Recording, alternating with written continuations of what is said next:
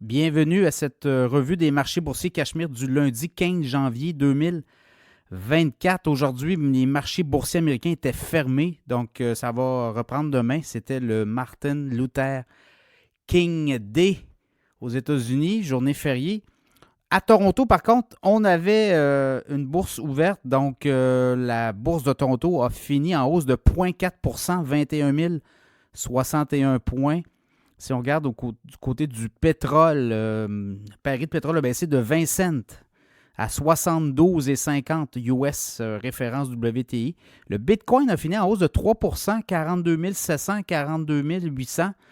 On est allé vers les 41 300 plus tôt dans la journée. Et là, on a repris du galon, comme on dit. Le marché de l'or aussi grimpé aujourd'hui. 2059 l'once d'or en hausse de 7 40. Les nouvelles du jour, il y en a plusieurs. L'inflation, Banque du Canada qui a sondé les entreprises et les entreprises s'attendent à l'inflation très élevée pour les 4 prochaines années au Canada. Donc, on pense que la lutte à l'inflation ne sera pas terminée. Ça va être difficile de ramener l'inflation à 2 selon les patrons d'entreprises au Canada. Et selon les économistes aussi, on a eu les chiffres sur l'inflation pour le mois de décembre aux États-Unis la semaine dernière et on va avoir les chiffres pour le Canada prochainement. Les économistes canadiens s'attendent à un rebond, pas un fort rebond, mais quand même un rebond comme on a vu aux États-Unis pour le mois de décembre. Novembre, c'était 3,1 au Canada. Même chose aux États-Unis, 3,1. Et là, on a eu décembre. Et on s'attend à 3,3, 3,4 au niveau de l'inflation au Canada pour le mois de décembre. Même chose aux États-Unis, ça a fait, les chiffres indiquent le 3,4 Fait qu'on va être dans l'inflation, je pense. Les données qui vont sortir vont indiquer que l'inflation canadienne repart à la hausse. Par contre, mois de janvier, vous voyez, là, c'est très tranquille, même qu'on commence à avoir des données sur l'économie canadienne. Et on pense que l'économie canadienne pourrait être en récession. Donc, ça aussi, ça va être à suivre. On voit les indicateurs et c'est très, très au neutre actuellement. Donc, est-ce que la Banque du Canada pourrait peut-être là, commencer à penser donner un petit tour de vis pour stimuler l'économie canadienne? On va le voir. On y prend entre les deux feux, entre une inflation qui repart à la hausse pour le mois de décembre puis une économie au neutre. Alors, ça va être à suivre dans ce contexte-là. Autre chose, l'Alberta qui n'avait pas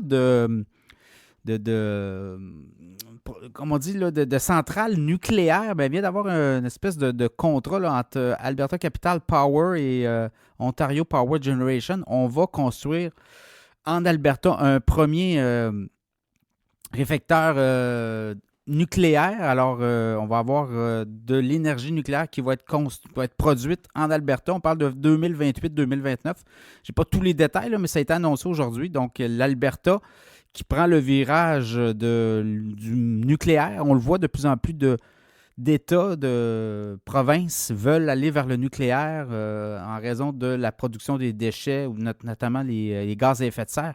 Donc, on s'en va beaucoup vers le nucléaire. Le Canada pourrait faire un virage important. On parlait d'Hydro-Québec aussi, éventuellement, pourrait repartir la machine du nucléaire. Donc, ça va être à suivre. Là, c'est l'Alberta qui annonce la construction d'un premier réacteur nucléaire pour les prochaines années sur son territoire. Donc, ça va être à suivre, ça aussi.